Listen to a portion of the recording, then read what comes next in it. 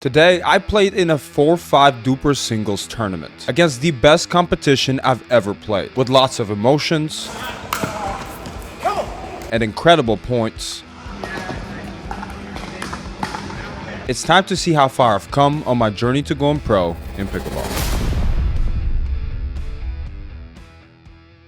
What is up, Fro Gang? Welcome back to another episode of Road to Pro in Pickleball. I post 1 to 2 videos per week documenting my journey on becoming a professional pickleball player, and if you're new here, let me catch you up to speed. I began playing pickleball this year, and since January, I've dropped over 50 pounds, won 3 singles tournaments, and currently I'm a 4.6 DUPR, but you will see my new rating at the end of this video. My plan is to reach a 5.0 DUPR before the end of this year. So if you're new here and want to follow along, make sure to subscribe to the channel. Going into this tournament, there were only 4 people signed up, including myself, but every other player that I had to play was tough competition and was either the same rating as me or higher. And you will see that this is the hardest competition that I've ever faced. It started out in a round robin format for the seedings into the meta round that all of us would eventually make. So I try to use these games as a playing field to figure out how to play against everyone before I get to the medal rounds. So let me walk you through how the round robin games went. First, I went up against Connor Burns, who is a 5.0 DUPR, and I had a tough time with him. He comes from a tennis background, has very good length, and very clean ground strokes. With that being said, I did not push the kitchen enough in this match, and while I had some good runs and seemed like I could take him on in the second game after losing my first, he just played very well with good momentum, and I was making too many unforced errors, and I lost to him in pool play 11-3 to 11-4. Next up, I had to go up against JP Gorby, who's a 4.8 DUPR, and while he may not have been rated as highly, personally for me, he was tougher to play against because he put so much pressure on at the net. With that being said, I gave myself a very good chance of winning the first game. So let me show you how that played out.